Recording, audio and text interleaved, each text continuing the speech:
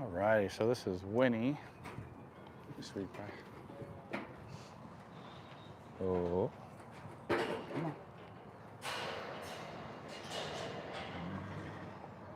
Ooh. Pop in that stifle. So she's a little sore up in her withers today. She's a regular, probably seen her quite a few times if you've been on my lives before. But you can kind of see if I lower her head down here a little bit. Oh. And then I put a little pressure on the wither. You can see how her head pops up with that concern there. So I've got a little discomfort with her today. Good girl. That's kind of a thing. Sometimes you just don't know. You don't know what you're gonna find, so it's a good idea to check them everywhere. Definitely there is a little ouchy for her. Right there. So so right there is the most sensitive. Right up along the wither is about T8, T9. Oof.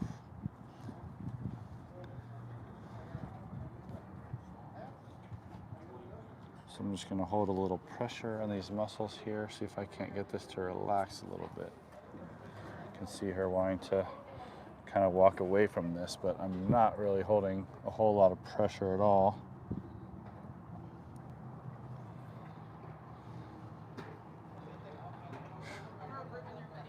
What's that? I'm gonna ruin your video. No, you're fine. When you're done, can you just throw their buckets in there? Yeah. I didn't want to give them to him yet, then they distract. Where do you hang them? I literally just put them on the floor. Oh, okay. Yeah. Thank you so much. Yeah, thank you guys. Oh.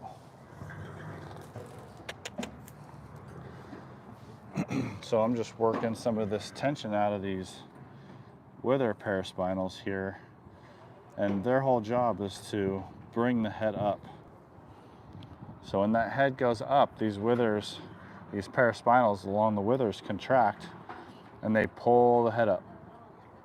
And the main reason I find that these get sore is because they're not comfortable extending at the pole. So the pole is the base of the skull, and the junction of the base of the skull and that first cervical vertebrae, it's where a lot of that flexion and extension comes from.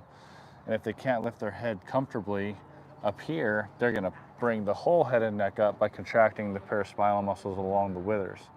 Oh, good girl.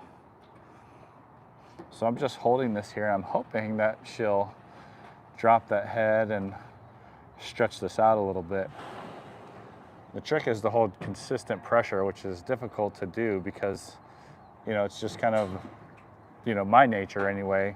As I feel these muscles relax, I want to dig in a little bit harder and a little bit harder and a little bit harder to try to get that pressure a little bit deeper. Good girl. Good girl. And by doing so, you can make them kind of spasm a little bit and pull that head up, and then you don't get that good of a stretch. So it's good to hold, and it's important to hold consistent pressure. Good girl. This is Winnie girl. She's a good girl. Good morning, Cindy. Thanks for hopping in as usual. Wow, hello. I don't know how to say that name, but hello from Greenland. Good morning, Gary. Love seeing all the familiar names. I guess not familiar faces. All right, so because I have that withers tenderness, and along with flexion and extension, a big part of the movement there is rotation. I want to see if she can rotate to both shoulders, and if not, if she can rotate to one side but not the other, that'll help me determine which way I need to adjust the withers. All right, so that's beautiful movement to the right, which is good because now I have something to compare the left side to. So let's see. Yeah, and this is normally her bad side going to the left, so I'm not completely surprised that she's fussing with this one.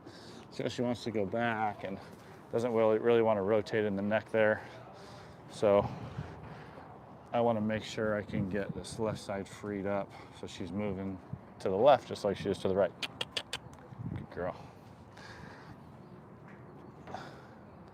So it's from Brazil. Is that Jales? Is that how I say that? Jales? Hello, Harold. I'm in Arizona. Good morning, P-Mate. Thanks for watching from Utah. Chris from Virginia. Awesome. Thank you, guys. Oh, yeah, Kath. It's about 70 degrees here, I would think. Maybe 65 to 70 Fahrenheit, something like that. Callie, what's up, Galaxy Eyes? Indonesia, wow. More international folks than domestic folks in here right now. That's pretty cool. I had one client contact me from Chile the other day. Oh, there we go. Pull adjustment on the right. Excuse me, on her left. He's coming up to San Diego bringing 11 polo horses from Chile, so I'm going to be doing some work on those guys. Wow, she's got some big time muscle wasting on the left side, a little bit on the right side too, but much more on the left than the right. So you got to definitely have a muscular imbalance there. I'm not sure if you can see on her knee, her left knee, she's got this huge mass sticking out of the front of the knee. Oh, she's got a little bit on the right, but that huge bump on the left is probably a synovial fluid cyst. That's what I would expect. But if she's got that and that's bothering her, you know, if her shoulder's bothering her on this left side, what's she gonna do? She's gonna put more of the weight on the right. And when she puts more of the weight on the right, it's gonna cause this to get tight and this to stretch. So you get muscle wasting on the left side of the neck when you have a sore shoulder, especially in the lower neck, because the nerves that exit the spine in the lower neck are the ones that go down the shoulder and innervate every muscle and artery and vein in the shoulder. So left lower neck equates to left shoulder, left lower leg issues as well. Louisiana, hey Mickey. And Jackie is normal. Love to see all you guys. Thanks for hopping in here. Tucson, nice. Don't have a whole lot of clients in Tucson, believe it or not. Nebraska. And Tucson is just so spread out. I mean, you could have an appointment in one area of Tucson and have to drive an hour and a half to get to the next one. It's pretty crazy. So Tucson's a little bit difficult for me to schedule unless one person, you know, helps me get a bunch of horses scheduled in that same area. So I'm going to try to get her to rotate around in her lower neck. Instead of using the pressure point, I'll get her to rotate around manually. And she's real tight over here in this lower neck, so I'm not surprised that she's having issues over here. Stuff like this, a good massage therapist can help out quite a bit. Cool. Because she's definitely going to have issues bringing that left shoulder forward because she's got tightness all around her scapula here. So I just like to fall off the anterior superior portion of the scapula and then drag my hand down. There is definitely a segment that needs to be adjusted right there. But I know this is a little uncomfortable for her too, so I might not get a whole lot of rotation in here. I might have to adjust this more, you know, a little bit earlier in the movement than I would typically like to. But with chiropractic on animals, you really just have to take what you can get and kind of modify what you're doing based on their comfort and their range of motion and all that stuff. So it's right in there. So I'm just gonna try to get into position as best as I can. And if I can get her to come around a little bit slower, maybe she can get into that good position. But if I feel her start to walk away like that, I'm just gonna go ahead and do it. Because any motion I can get in there is gonna be beneficial for her. So I'm gonna give her a second with that one. Sweetheart.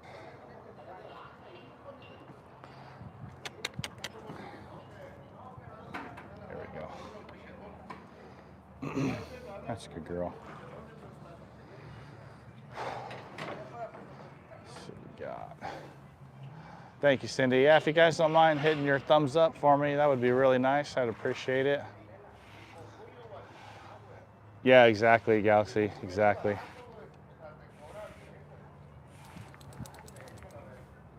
There we go. Well, I already see her once a month, so I don't like to see horses any more frequently than that unless there's some type of injury that they're rehabbing from. They have a trip and fall, and I'm trying to get them to loosen up and help improve circulation and things like that. Otherwise, once a month is more than enough. Olympia, hello, Sheila. So yeah, I wouldn't really see her any more frequently than this. And she holds her adjustments for about 3 weeks.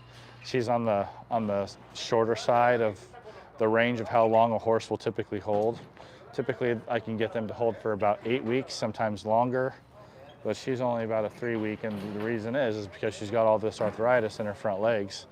So she needs a little bit more maintenance than the average horse. She's just a lesson horse. She gives lessons, little kids ride her for lessons. Nothing crazy. There we go. All right. So if you've been watching my videos for any length of time, you know that I love the head drop more than any other sign of relaxation. I do love the licking and chewing, but the dropping of the head is the most important. There we go. And she doesn't have any sensitivity at her pole. She feels pretty good up here.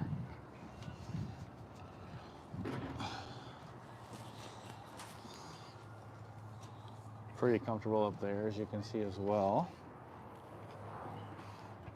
That's a good girl. Winnie loves her adjustments. As you can tell, she just chills out. You know, they all hate it when you hit a spot that hurts. So when she's moving around and kind of moving away from me because something's uncomfortable, you know, that's understandable. But usually she just chills out like this. She's super sweet. Loves getting worked on. One of my favorite little mares.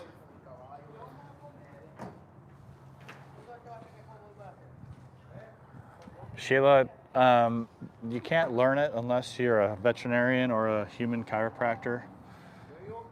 There's no programs that certify people to adjust animals unless you're a vet or a human chiropractor first. And you can't get insurance to do it unless you're a human chiropractor or a veterinarian. So you would have to go to vet school or human chiropractic school, and then you could get your certification. But there is not a program in the Pacific Northwest, regardless. Oh, absolutely, Tink. Thank you for coming in here.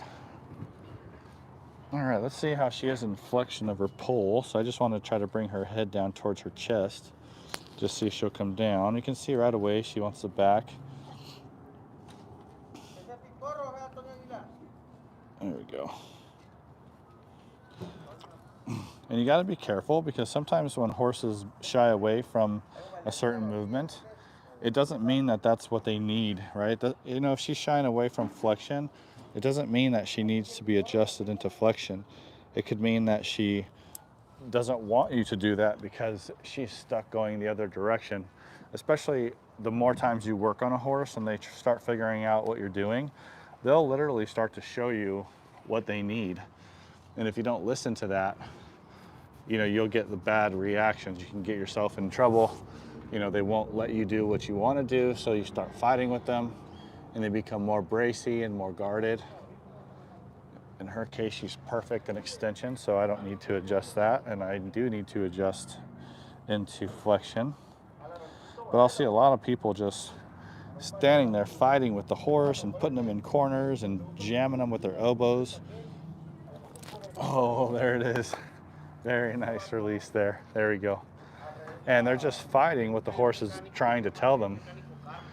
But, you know, as a chiropractor or as a, you know, if you're a body worker or massage therapist, if you just listen to what they're trying to show you, they will lead you right where you need to go. Almost every time. Thank you, Gary. Yeah, guys.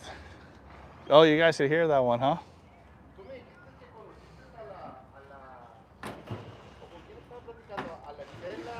Might have to start doing some giveaways or something to see if that will help. That will encourage people to tap on that thumbs up button. YouTube is such a challenge to get the likes. I don't understand. Awesome, very cool. I'm gonna have to review this one. Maybe I'll post it as a short. Sweet, thanks, Paint Mate, P Mate. All right, so that was awesome. There's a big difference between the palpatory feeling of a joint that needs to be adjusted versus a joint that doesn't. Maybe it's arthritic, right? Or maybe you've got some muscles that are just really, really contracted and holding that specific joint in a certain position. And so you're more likely to see a big benefit if you work the soft tissue instead of doing the adjustment. But you know, if you're not trained to do this and you don't have your hands on, you know, hundreds of horses a month, you're not going to be able to feel the difference between knowing whether a joint needs to be adjusted or whether it's arthritic or whether you're dealing with spastic or working muscles. There's a completely different feel. Everyone just goes, oh, it's just about the pops. But there's so much more to it. And if you don't use someone that knows those differences and knows what they're doing, you can get yourself in a lot of trouble. There's a bunch of risks associated with it, right? The least of which is being you're just outright wasting your money, which I think 90% of the time is the case. And then the other thing is, you know, you can make a horse more sore, right? If you've got an arthritic joint and you're like, oh, that thing's not moving, I need to really just force that thing to move. You can take an arthritic joint that's not sore and turn it into a sore arthritic joint. You know, we can make a horse more lame. Especially if you're doing adjustments into flexion of the front legs or extension of the pole or extension of the pelvis, you can really sore them up. So if you guys are thinking about using a chiropractor, just make sure that they're licensed and certified, and also that they have a good reputation, not, you know, some Sally on Facebook going, oh, so-and-so is the best, you know, and then you look them up and they're not even licensed or certified. They're just telling you they're the best because they like them personally, not because they like what they do. So, all right, I can talk myself into so many soapbox issues. I need to see a therapist, I think.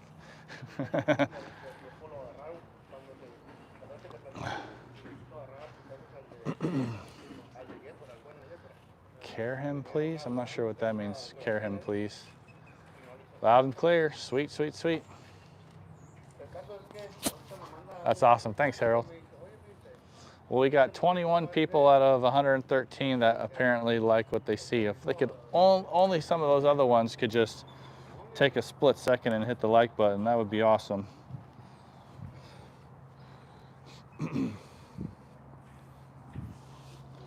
All right. Woo, there we go. Nice flexion of that low back. Pretty comfortable doing that. A little pissy in the face, but you know, sometimes you hit these pressure points and they're like, what the heck's going on? And they're just a little confused. So they get that little pissy look on their face. There she goes, dropping back down, face is relaxing.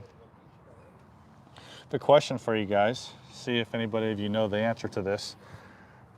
What are the two areas around the horse's body that they cannot see without, well, what are the two areas of the horse's body they cannot see regardless of how they move their head or what position their head is in? Where are their two blind spots? I always thought this was really interesting.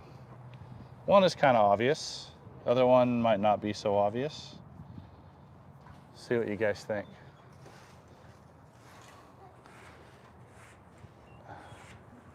Neck, behind, and on top. Ooh, Cindy, you're cheating, girl. Okay, front of their muzzle, that's one. Directly behind what? What are we talking about? Directly behind. Tip of the snout, there we go. Below, on the ground, no. They can move their head around, right? And they can see on the ground if they move their head around. So there's two places that they can't see no matter how they move their head. Oh, Cindy, no ma'am, but a great guess. No, they can see behind their butt actually. They can do this, right? They can, if I'm a biped, they can move their butt and move their head like this, right? So they can see behind their butt. Charles, my man, nailed it. Think about it, right? They can't see right here, right? They can't see this. No matter how they move their head, right? They're not going to be able to see right behind their pole. Pole on the head, yep. So they can't see here, and they can't see here. Those are the two places, right? She can see here, right? And she can see here, but you cannot see directly at the tip of her muzzle. And so that makes these whiskers here so important, especially if you have your horses out on pasture and they're grazing all day. These little whiskers, and I just talked about this the other day, but I feel like it's so important. These whiskers, each whisker has its own individual nerve fiber that goes directly up to the brain, right? So these hairs, like the hairs on my arm, those hairs don't have individual nerve fibers. Those hairs go into, they under the skin, right? The hair follicles, they go into a bundle, and that bundle has one nerve fiber that goes up to the brain. So I could have hundreds of hair follicles that are all sending information to the brain on one nerve fiber. But each individual whisker here has its own nerve fiber to the brain. So the reason is that because they can't see here, but they're foraging, they're going to do this, right? They're going to take their muzzle and they're going to do this, right? With the food on the ground. They're trying to figure out, is this edible? Is this edible? And it's these whiskers that tell the brain what's edible and what's not. So for show horses, for example, they always cut these off, right? They shave all the whiskers because they want them to look real pretty in the show pen. But what you're doing is you're taking away their primary sensory ability to detect what's food and what's not. And then they're left with just trying to figure it out with their lips and putting stuff in their mouth to figure it out if that's food or not.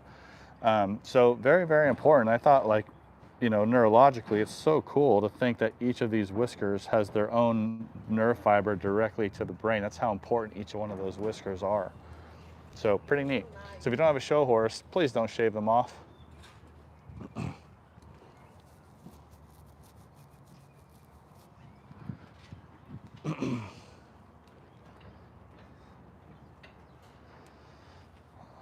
a good boy. Good girl.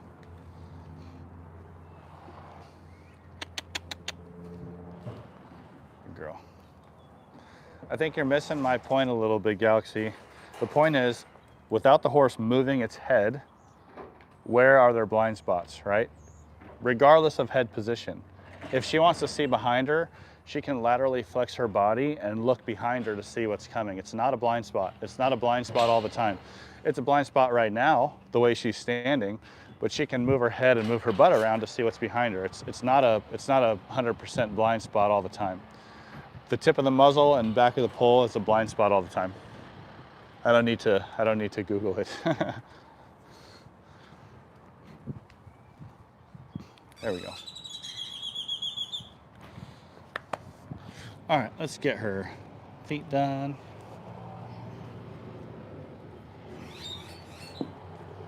So you can see how sensitive she is on this left front, right? And you know, when I have a situation where I've got this kind of arthritis here, I do not want to force any movements, okay? I just want to pick it up, and if she's pulling away from me like that, I'm not even going to force her to do it. What I can do is I can still get the shoulder stretched. I want to get the shoulder stretched, and I can do that without affecting the lower leg. So how do I do that? So to do that, I'm just going to pick up the foot, and I'm going to change. I'm going to let her get her balance here. Oh. I'm going to change where I'm holding. So I'm going to hold her. Oh, come here. It's all right. So I'm going to try to hold her up on her humerus. Whoa, get up. I'm going to try to get her to bring not gonna hold the humerus. I'm trying to, try to get her to bring her upper leg up, so her forearm up, by holding the ulna, which is this bone here. This is her ulna, right? Because this is the elbow, and the elbow goes down to the wrist. So I'm just gonna see if she'll lift this up for me.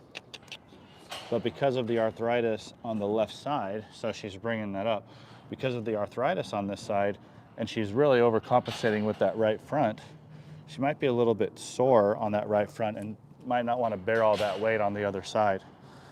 So it's always tricky to determine, is she not lifting this up because she's hurting on this side, or maybe she's hurting on the side that she's compensating with. So there we go. So we got that upper leg about parallel with the ground. So I can still get a little stretch on that posterior muscles of the shoulder without putting a whole lot of strain on the knee. So that's kind of the goal when you've got so much arthritis in that knee joint. And it's not a knee joint. I even hate saying it, but if I say the wrist, then people don't know exactly what I'm talking about, even though it's actually a wrist and not a knee.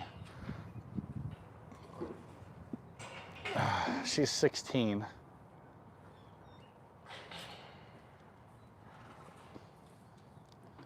Good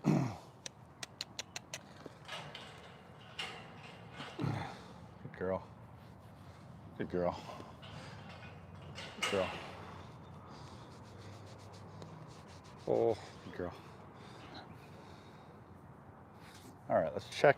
I'm gonna check that right front and see how her motion is on this right front compared to the left. Back her up a little bit so you guys can see better. Good girl.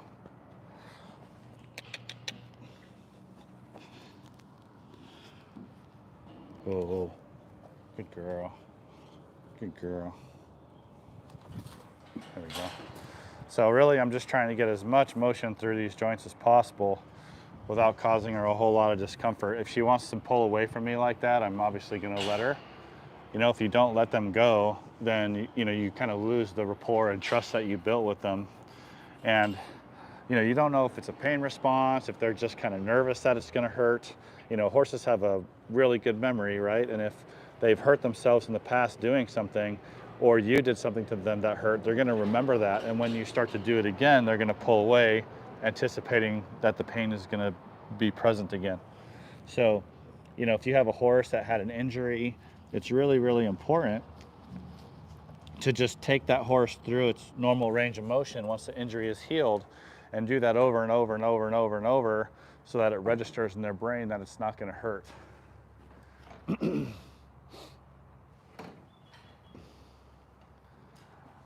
Awesome. Thank you, guys. I see those likes coming up. Thanks, Charles. Appreciate that. Beautiful. All right, I'm going to move her over and check her hind end. I've already checked up here at the SI. She feels really good. Real good flexion and extension up here. Oh, you're a good girl. You're a good girl.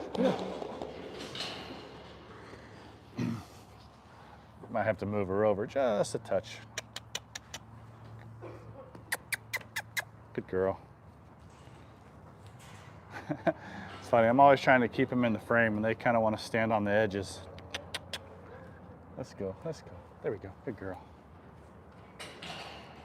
Maybe I'm better off just doing this. Whoop. Yep, she's a roan mare, yep. Red roan. Awesome, thank you, guys. All right, let's see. All right, another question for you guys. Let's say she's got this arthritis on that left front and it's hurting her. Where is she going to compensate? Where is she going to take the weight that she carries on this left front? And I'm talking about during ambulation, during locomotion. Where is she going to put this weight that's normally placed on the left front? Where is she going to transition that to? Where is she going to transfer that to? I'm going to work on this left hind, and then I'll check your answers. Automatically, I know where most of you are probably going to say. Whoop. And I'm giving you a hint here. If you can see how she's responding, you can kind of figure it out based on her reactions to what I'm trying to do here. Oh, oh. But it might not be as obvious.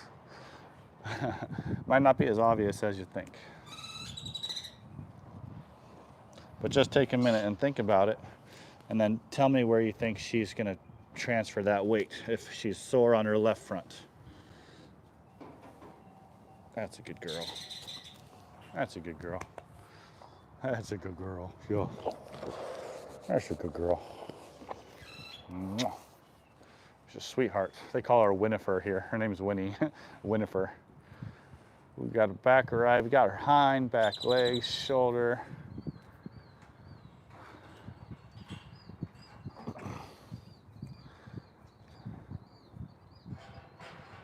So you guys are partially right. Let's see. I haven't seen anybody. Oh, Charles. Charles wins again. Yep, so sore left front, they're gonna transfer that weight to the right hind. Left front, right hind, right front, left hind. If it's the right hind, they'll go to the left front, left hind, they'll go to the right front. So it's on that diagonal, the opposite side diagonal, the vast majority of the time. Yeah, I didn't know you guys could tap the screen, double tap for likes either for a long time on here. I think Cindy's the one that told me about that. Because I was always wondering, like on TikTok, I'll do a live and I'll have, 200 to 400 people on there. And I'll have 20,000, 30,000 likes by the end of a live. But on YouTube,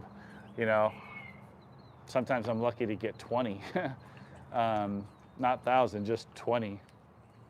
And so that was good to know. So thanks, Cindy, for letting me know about that.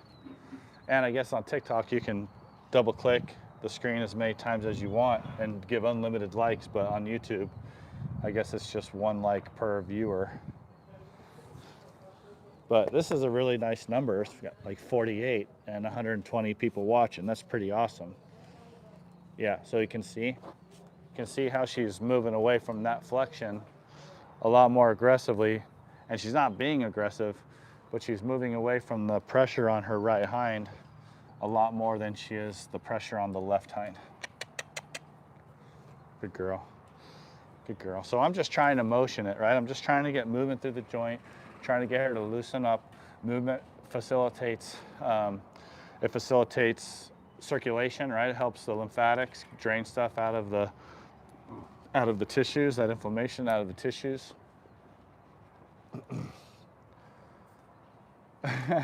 Gold star, that's 2 gold stars for Charles today. Awesome, thank you guys. Really appreciate the likes. That helps us out so much, and it just lets YouTube know that you guys enjoy the content, and then they'll share it to more people. So really appreciate it. All right, let's see here. Good girl. There we go. There we go. So sometimes it just takes a second, and I'm not going to put a whole lot of stress through there because I don't want to sore her up and make her hate me. I want to help her, so I'm just going to go easy there. She looks like she needs her teeth done. Real comfortable at the hyoid on the left. Real comfortable on the right. Ooh, we got a little sensitivity there. A little sensitivity there. But it's not sore. I think she's just kind of sensitive on that area. Like she doesn't like it, not necessarily that it hurts. Let's check on this side back here. So that's really good too. So a lot of times if you palpate the TMJ and they're pulling away like that's bothering them, it's because they have pain or soreness issues at the hyoid under here. If the TMJ palpates fine or the hyoid palpates fine, you're likely just perfectly fine on both of those areas. 60, so I think 60 would be a record for me on YouTube. Only got a few minutes left, but if you guys could help me reach 60, that would be a great goal to hit. I really appreciate that. I'm just gonna lift her up here. There we go. Really good flexion through her mid-back. Let's recheck her to her right. Oh, there we go, beautiful. You can kind of, I'm not sure if you can see that, but she kind of walked herself right into that corner there. And that's a good trick to use if you're trying to use these pressure points on your horses and they won't come around and they're just backing away from you. You can put their butts in the corner and then see if they'll rotate around and touch. Now remember, the left side's her bad side, but I am going to try to put her butt in that corner right over here and see if she'll relax a little bit and let me get her rotated with that pressure point. Let's see. I know, but you got to go back. There you go. There we go. Good girl. So that's perfect. Just want her butt right in that corner. Oh. Oh. She's like preparing to escape. So that's all right. Old mare, arthritic mare. I'm not going to force her. I'm going to let her do what she needs. Bye, Shayla. Thanks so much. Thanks for being in on the live. Oh my goodness. Come on, guys. We need 8 more. Cindy's going to donate 60 bucks. And by the way, guys, any money that I get on my social media, whether it's through tips or diamonds on TikTok or gifts or anything like that that add up to money, that all that stuff gets donated to the horse rescues around here. So, you know, if you guys want to donate to places that take care of forgotten horses or horses that are there to help special needs kids, all the money I get from that on my socials goes directly to those causes. So anything like that is always appreciated. Thanks, Deborah. 53. We got 7 more. Oh, absolutely. Yeah. Happy hump day, Nicole. Let's see. I got a messed up thumb. Oh, I think she likes that idea. She's like, oh, please give me 6 more likes, guys. I'll smile for you. Can you say cheese? Can you say cheese? Can you say cheese? Can you say cheese? That was awesome.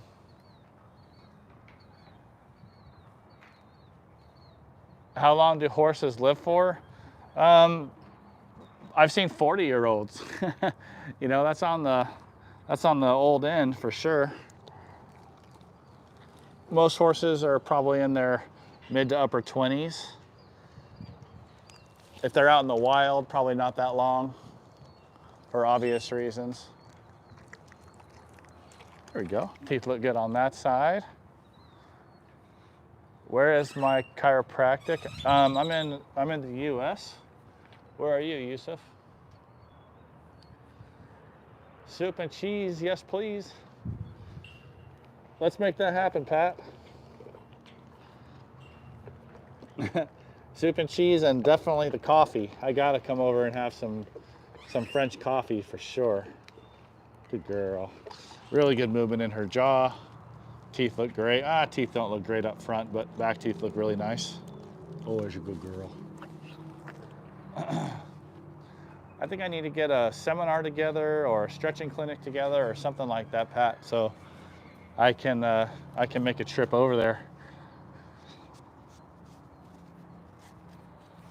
That's a good girl. Maybe do a 2 or 3 day seminar and like a week of R&R. Awesome. So this is a good sign. Just finished up with her and she immediately goes over to look for some food.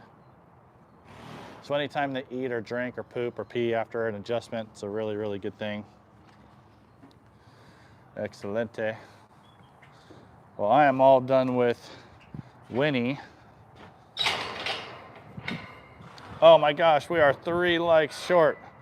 Oh, some people say 2.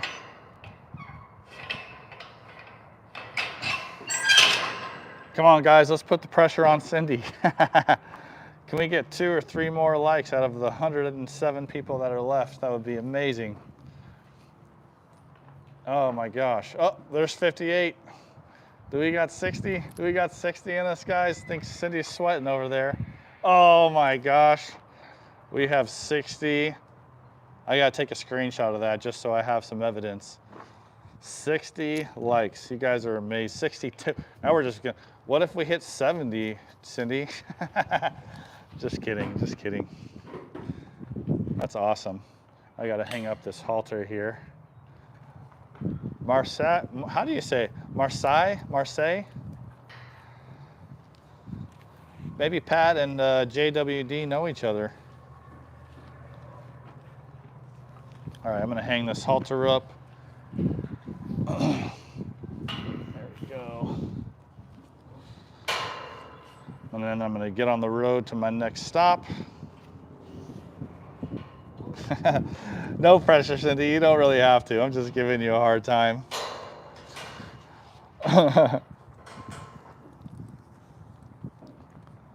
Holy moly. If you do that, I said do. If you do that, I'll definitely have earned more on YouTube lives than any of my other live platforms combined. TikTok, Facebook, Instagram included. Awesome. Chicago, hey Denny. Sorry, I'm just about done.